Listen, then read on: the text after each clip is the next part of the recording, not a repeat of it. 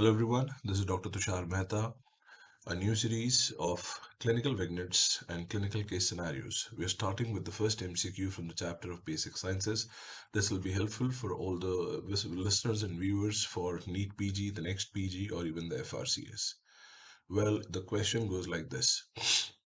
Which of the following statements regarding physis is incorrect? Growth plate. They're talking about the growth plate. First option. Strength in each layer of the physis is related to the proportion of the extracellular matrix present. In every growth plate, there are few layers. The strength of each layer is directly proportional to the ECM, to the extracellular matrix. Yes, because if there will be a good amount of extracellular matrix, then that will give an equal amount of compression for that particular layer of the growth plate. This is correct. The hypertrophic layer is the weakest layer of the physis. Well, I would like to show you something. This is the resting zone, the germinal zone. This is the proliferative zone. The resting zone has got the storage component. The proliferative zone where cells actually proliferate. Then there is the hypertrophic zone, which we also call as the maturation zone. In this hypertrophic zone or maturation zone, cells mature to a level where they convert further into some specialized cells. This is the weakest zone. Then you have the zone of calcification followed by the zone of ossification. In fact, we make a mnemonic for remembering the layers of the growth plate. Real people have career option. Real R resting zone, P people proliferative zone, H hypertrophic zone, C career option calcification zone, O options ossification zone. So hypertrophic zone or the maturation zone is the weakest layer of the growth plate. Again correct. 75% of the growth of the radius occurs at its distal end. Yes, radius progresses further because of the distal end, not of the proximal end.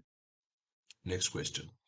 Hip, knee, shoulder, and elbow have intra-articular growth plate, and that can be the reason for progression of metaphyseal osteomyelitis, septic arthritis. Osteomyelitis is common at metaphyseal areas, we all know that, right?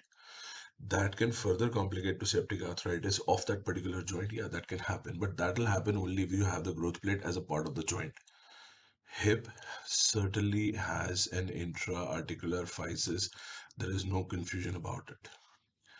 Shoulder also has an intra-articular growth plate. There is no confusion about it. The capsule extends, till the growth plate. Elbow again has got an intra-articular growth plate. There's no confusion about it. And knee definitely is not having the intra-articular growth plate. No, knee is not having an intra-articular growth plate. No, it is seen in intra-articular growth plate is seen in ankle, not in knee. So this one word knee makes it incorrect. Now, last question, last option, the apophysis of the traction epiphysis of the ilium closes from lateral to medial. Yeah, that's absolutely true. In fact, that is one of the reasons for something called research staging. We'll talk about that when we'll come to the clinical component of it. So answer is obviously in this question, answer is D. All right. So answer is D. So guys, with this we come towards the end of this question.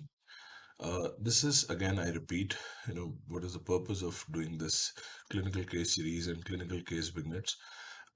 Basically, with the changing pattern, the questions, even from the basic sciences, are going to be asked with a clinical angle, with a clinical tangent, with a clinical inclination. And that is the reason why, I've started with this first chapter of basic science and then I've given you the first question from the basic sciences. There won't be any writing, there won't be anything, just a crisp discussion of a question where we will discuss every question option wise and we'll come to the conclusion that why not A, why not B, why not C, why not E, why D. I wish you all the best. Stay tuned for more questions like this. Thank you so much.